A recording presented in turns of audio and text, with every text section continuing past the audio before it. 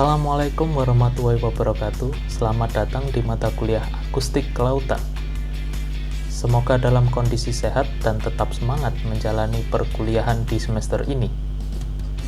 Sebelum menyaksikan materi dalam video ini, silahkan lakukan presensi di SIAM masing-masing sesuai dengan jam perkuliahan mata kuliah ini. Dan berikut merupakan materi pada pertemuan kali ini. Pada pertemuan kali ini, kita akan membahas tentang side scan sonar. Jika kita lihat dalam RPS, pertemuan ini merupakan pertemuan minggu ke-9 dengan topik side scan sonar, dan referensi yang kita gunakan adalah buku European Margin Sediment Dynamic, Side Scan Sonar, and Seismic Image. Kemudian tujuan pembelajaran yaitu mahasiswa diharapkan mampu menjelaskan tentang side scan sonar atau SSS. Adapun beberapa bahasan yang akan kita bahas yaitu terkait pendahuluan, komponen side scan sonar, kelebihan dan kelemahan side scan sonar, serta contoh penggunaan side scan sonar. Jadi apa itu side scan sonar? Nah, mungkin kita bisa melihat dari gambar ini, side scan sonar bisa mendeteksi bagian dari dasar laut. Oke, sebelum ke side scan sonar, jadi ada namanya evolusi dari side scan sonar. Jadi kita bisa lihat di gambar yaitu ada chirp sonar, digital sonar, serta analog sonar. Jadi awal mulanya adalah di analog sonar yaitu tahun 1800-an hingga 1900-an. Dimana kalau di gambar kita bisa melihat analog sonar digunakan dalam kapal selam yaitu untuk mendeteksi apa yang berada di depan ataupun di belakang atau mungkin di bawah dari kapal selam tersebut. Jadi untuk mendeteksi apa benda yang ada atau apa saja yang ada di depan ataupun di bawah dari kapal selam, tapi belum dapat mengetahui apa benda tersebut. Kemudian untuk digital sonar itu dikembangkan pada tahun 1900-an. Jadi kalau dianalogikan seperti lumba-lumba. Jadi di digital sonar ini, perbedaannya dengan analog sonar, digital sonar sudah mampu mendeteksi apa benda yang ada di depannya. Jadi kalau bisa kita lihat, jadi lumba-lumba ini akan mengeluarkan frekuensi. Jadi bisa mendeteksi di depan apakah ada ikan atau mungkin ada dasar laut atau mungkin ada terumbu karang. Nah, tapi hanya yang digunakan adalah satu frekuensi. Jadi semisal digunakannya adalah 10 kHz, nah maka yang akan dipantulkan atau dikembalikan gelombang suaranya adalah 10 kHz saja. Nah, tapi digital sonar ini masih rentan terhadap distraksi atau gangguan.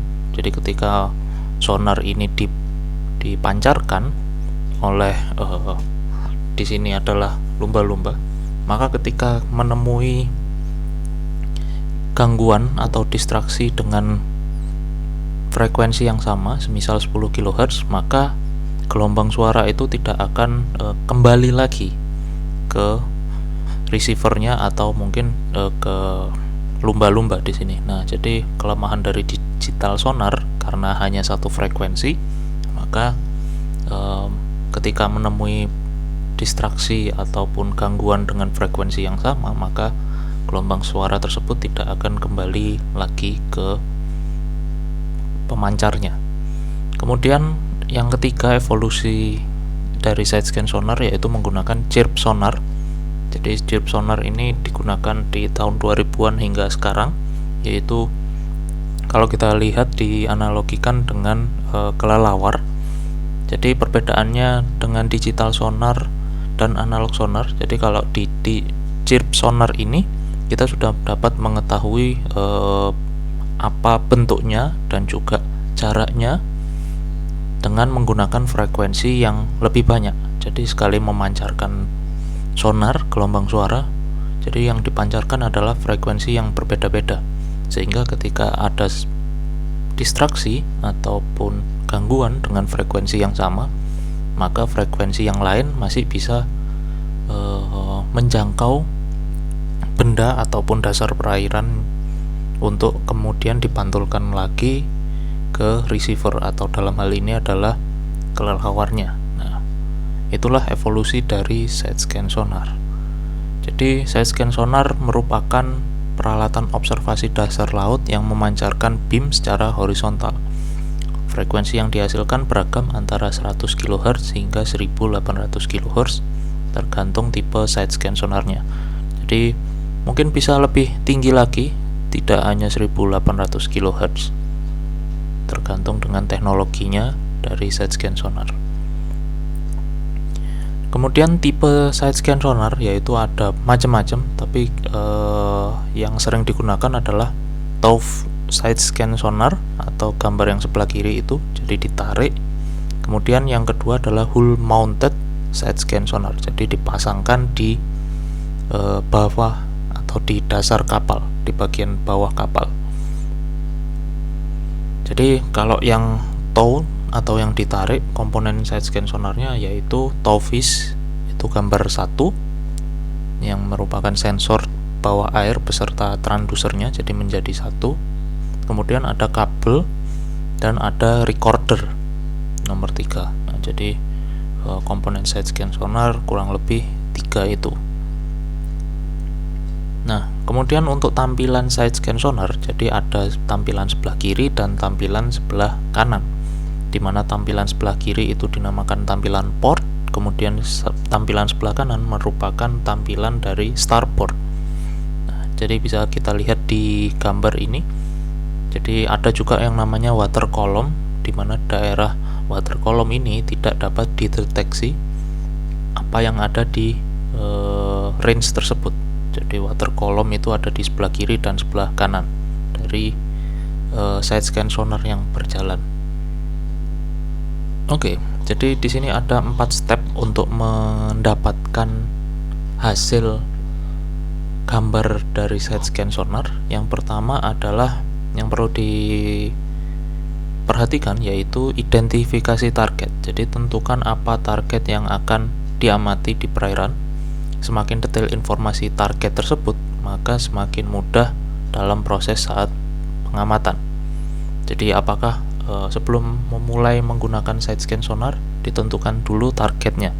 Apakah yang ingin kita teliti atau kita amati yaitu terumbu karang, pipa bawah laut, kabel bawah laut, atau mungkin kapal yang karam, atau mungkin kita ingin mencari mayat-mayat yang ada di dalam di perairan. Nah, tentukan dulu targetnya. Kemudian yang kedua yaitu frekuensi yang akan digunakan. Nah, jadi di sini dikatakan bahwa low frequency for better range, high frequency for better resolution. Jadi menggunakan prinsip dari gitar. Nah, di mana di gitar itu ada 6 senar, di mana ketika low frequency yang paling atas. Jadi ini untuk range-nya, durasinya semakin lama, jadi range-nya semakin jauh, jarak dari side scan sonarnya semakin jauh, tapi kualitas gambarnya akan tidak begitu bagus. Sedangkan jika yang high frequency itu resolusinya bagus, tapi jaraknya tidak dekat atau jaraknya tidak jauh. Nah, jadi prinsip gitar ketika kita memetik senar yang paling atas atau yang low frequency, maka gelombang suara yang dihasilkan akan semakin lama. Sedangkan kita ketika memetik senar yang paling bawah atau yang paling frekuensinya paling tinggi suaranya, maka suaranya nyaring tapi tidak lama, bertahan lama. Nah, itulah tentukan frekuensi yang akan digunakan. Jadi, nah ini ketika perbandingannya antara low frequency dan high frequency. Ketika low frequency itu adalah bisa dilihat, jadi image yang dipancarkan atau dihasilkan maka bisa jadi ada 3 batu di sana. Ketika high frequency otomatis jelas, resolusinya jelas dan interpretasinya pun akan jelas, akan 2 batu. Kemudian tentukan range, jarak. Jadi didefinisikan sebagai jarak yang didapat atau yang dapat dilihat oleh sebuah side scan sonar. Digunakan untuk menentukan ukuran target di layar display. Semakin besar ukuran target, maka semakin kecil range-nya. Nah, jadi semakin dekat dengan side scan sonar otomatis. Jadi ketika ini digunakan untuk ketika kita sudah mendeteksi objeknya itu berada di berapa range-nya. Nah, untuk melakukan resurvey atau survei ulang, maka perlu didekatkan lagi side scan sonarnya. Nah, jadi side scan sonar bisa melihat 100 range ke kiri dan 100 range ke kanan di sini. Jadi namanya range. Kemudian untuk gabungan itu namanya SWOT. Jadi gabungan antara sebelah kiri dan sebelah kanan, image sebelah kiri dan sebelah kanan. Kemudian yang keempat yaitu tentukan kedalamannya. Jadi kedalaman yang dibutuhkan untuk taufish berada di dalam perairan. Jadi kedalaman yang ideal adalah 10% dari range yang akan kita teliti. Hal ini agar image yang didapat mengcover semua area dengan baik, atau kita gunakan teori center atau flashlight teori. Nah, jadi 10% semisal kita hendak mengukur range jarak 100 ke kiri dan 100 ke kanan, otomatis 10%-nya posisi taufishnya itu dari dasar perairan, yaitu 10%-nya atau 10 range. Ya, kita bisa lihat. Jadi untuk menghasilkan image yang bagus, jadi kita dapat menjangkau yang jauh dan juga dapat menjangkau yang dekat dengan taufishnya. Nah, tapi pertanyaannya bagaimana kita bisa mengukur 10% dari kedalamannya itu? Jadi di side scan sonar ada namanya sistem nadir. Jadi nadir ini untuk mengukur jarak antara atau melihat gambar yang hitam-hitam ini atau water column, dan juga kita nadir ini untuk melihat trackingnya. Jadi semakin besar warna hitamnya atau water column-nya, maka semakin dekat dengan dasar perairan. Jadi semakin kecil, otomatis semakin jauh dari dasar perairan. Nah, ini ada ketentuannya sendiri. Jadi bisa dilihat di gambar ini untuk sistem nadirnya. Kemudian adapun advantage dan disadvantage, keuntungan dan kelemahan. Jadi dari side scan sonar, keuntungannya adalah penggunaan dual sistem frekuensi yang dapat digunakan secara simultan. Sinyal yang dipancarkan memiliki durasi sekitar 0,1 meter per detik, sehingga resolusi dapat mencapai 0,1 meter. Sedangkan kerugiannya atau kelemahannya dari side scan sonar, adanya distorsi data side scan sonar karena ketidakstabilan taufish saat di dalam air akibat kecepatan kapal yang bervariasi, pemasangan kabel yang berubah-ubah. Data yang dihasilkan tidak dapat mengcover daerah yang berada tepat di bawah taufish. Nah, jadi di daerah water column itu tidak bisa di record atau ditampilkan gambarnya. Nah, kemudian ini adalah contoh penggunaan side scan sonar. Jadi untuk kita bisa mencari namanya kapal yang karam di sini.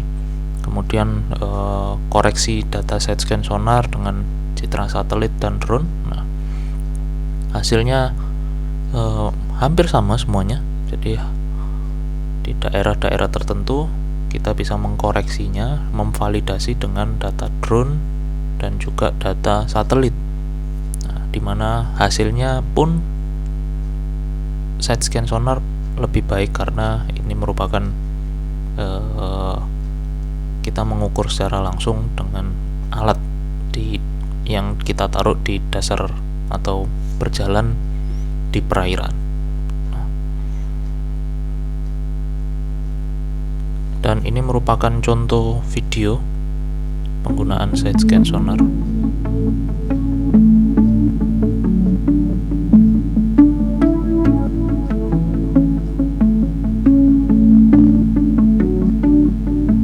high-resolution side-scan sonar helps us to map the seabed. Such side-scan sonar can be installed in automatic unmanned vehicles, AUVs. AUVs consume significant power during their descent and ascent, therefore usually used for approximately 10 hours of underwater scanning missions. In 1 hour an AUV can cover an area of 288,000 square meters. Only after 10 hours, when the AUV returns, the collected data can be analyzed. A long process, especially if critical data is required. What happens if there is something that needs our attention right away?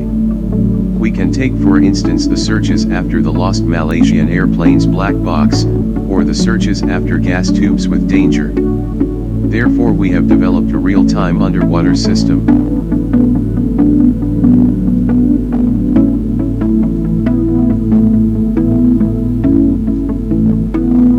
The system detects objects. Once an object was detected, a classification process is activated. And meanwhile new data is received. 100% of the tested objects were detected with less than 15% false positive detection. However, after a classification process the system reached less than 5% false positive.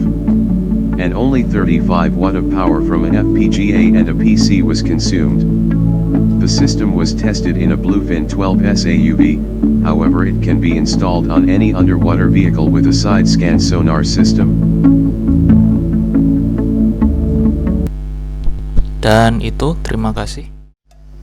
Begitulah materi dalam pertemuan kali ini. Jika masih ada yang dibingungkan atau ingin ditanyakan, silahkan tuliskan komentar di bawah video ini. Terima kasih. Wassalamualaikum warahmatullahi wabarakatuh.